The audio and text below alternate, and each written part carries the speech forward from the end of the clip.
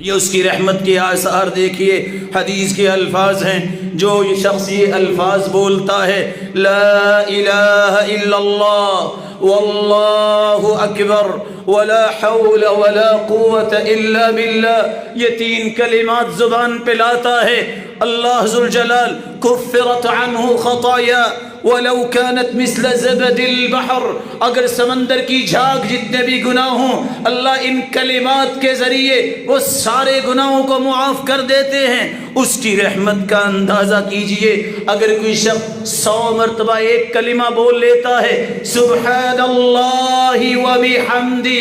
سبحان اللہ وبحمدہ، یہ چھوٹا سا مبارک کلمہ 100 مرتبہ اپنی زبان پہ لے آتا ہے، حطت عنہ خطایا وان كانت مثل زبد البحر، سمندر کی جھاگ جتنے گناہ بھی ہوں اللہ اسے معاف کر دیتے ہیں۔ یہ اس کی رحمت دیکھیے۔ اگر کچھ ذکر کی مجلس، قرآن کی بات، حدیث کی بات، اللہ اور اس کے رسول کی بات کی مجلس ہے، علماء بیٹھے ہیں، دین کی بات ہو رہی ہے، جو اس مجلس میں آ کے بیٹھ جائے اللہ کا پسندیدہ بن جاتا ہے۔ جب وہ مجلس ختم ہوتی ہے ایک فرشتے کو اللہ حکم دیتے ہیں جاؤ اعلان کر دو ان مجلس والوں کو قوموا مغفورا لکم، او بیٹھنے والوں تم بڑے ہی اللہ کے پیارے ہو، جاؤ اپنے اپنے گھروں میں چلے جاؤ، تم سب کو معاف کر دیا گیا ہے۔ اللہ ایک اور فرشتے کو بھیجتے ہیں تم اگلی بات بھی پیش کر کے آؤ، وہ فرشتہ آ کے کہتا ہے وَبُدِّلَتْ سَيِّئَاتُكُمْ حَسَنَاتٍ، یہ مسجدوں میں بیٹھنے والے،